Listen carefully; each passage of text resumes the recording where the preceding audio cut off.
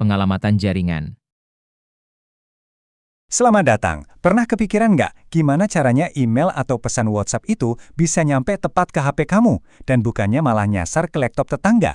Nah, semua itu bisa terjadi berkat sesuatu yang fundamental banget di internet, yaitu alamat IP.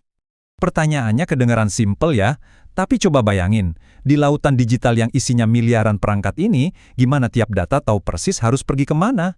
Ini tuh tantangan pengiriman dalam skala yang luar biasa besar.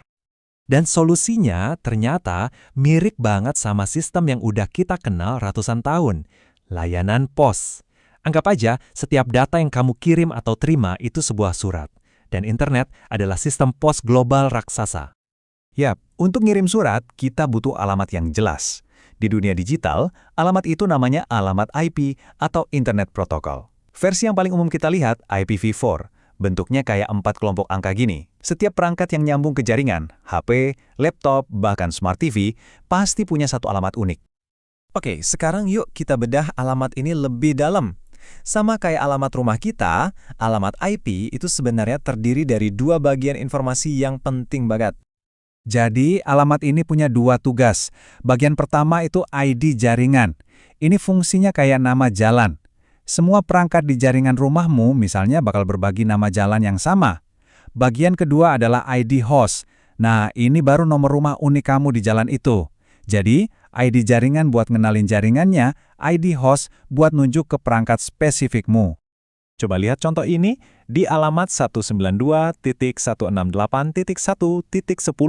Bagian 192.168.1 itu bisa kita anggap sebagai nama jalannya atau ID jaringan. Dan angka 10 itu nomor rumah uniknya atau ID host. Simple kan? Oke, jadi kita tahu ada dua bagian. Tapi muncul pertanyaan penting berikutnya. Gimana caranya komputer tahu di mana batas antara keduanya? Di mana harus narik garis pemisahnya? Nah, ini dia teka-teki selanjutnya. Komputer kan nggak bisa cuma kira-kira. Harus ada aturan yang jelas dan pasti yang ngasih tahu. Oke, sampai sini bagian nama jalan, dan dari sini bagian nomor rumah. Jawabannya adalah subnet mask. Anggap aja ini semacam penggaris atau stensil yang ditaruh di atas alamat IP. Tugasnya cuma satu, nunjukin dengan presisi di mana letak garis pemisahnya. Contoh paling umum yang bakal sering kamu lihat di jaringan rumah atau kantor kecil itu 255.255.255.0. Angka 255 ini intinya kayak bilang, "Hey, angka di atasku ini bagian dari nama jalan." Terus angka 0 bilang, "Nah, kalau angka di atasku ini baru nomor rumahnya." Oke, pembahasan kita makin seru. Ternyata nggak semua alamat IP itu sama.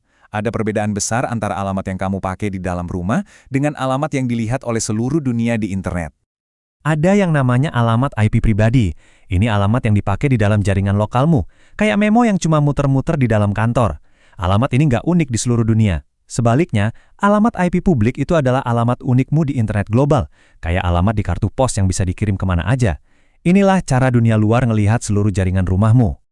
Terus, gimana caranya perangkatmu yang pakai alamat pribadi bisa online? Nah, disinilah router di rumahmu jadi pahlawan. Dia pakai teknologi yang namanya NAT atau Network Address Translation. Router ini bertugas nerjemahin alamat pribadi dari HP atau laptopmu menjadi satu alamat publik tunggal. Baru dah dikirim ke internet. Jadi, routerlah yang ngobrol ke dunia luar atas nama semua perangkat di rumahmu.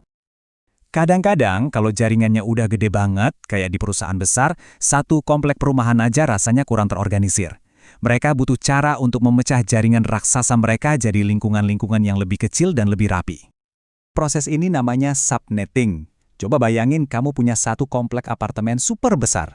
Subnetting itu ibarat kamu membagi komplek itu jadi lantai-lantai atau blok-blok yang terpisah. Caranya dengan minjam sedikit dari bagian nomor rumah untuk menciptakan lebih banyak nama jalan atau subjaringan. Hasilnya, jaringan jadi lebih efisien, lebih aman, dan pastinya lebih gampang diatur. Oke, teorinya udah cukup. Sekarang kita coba praktek.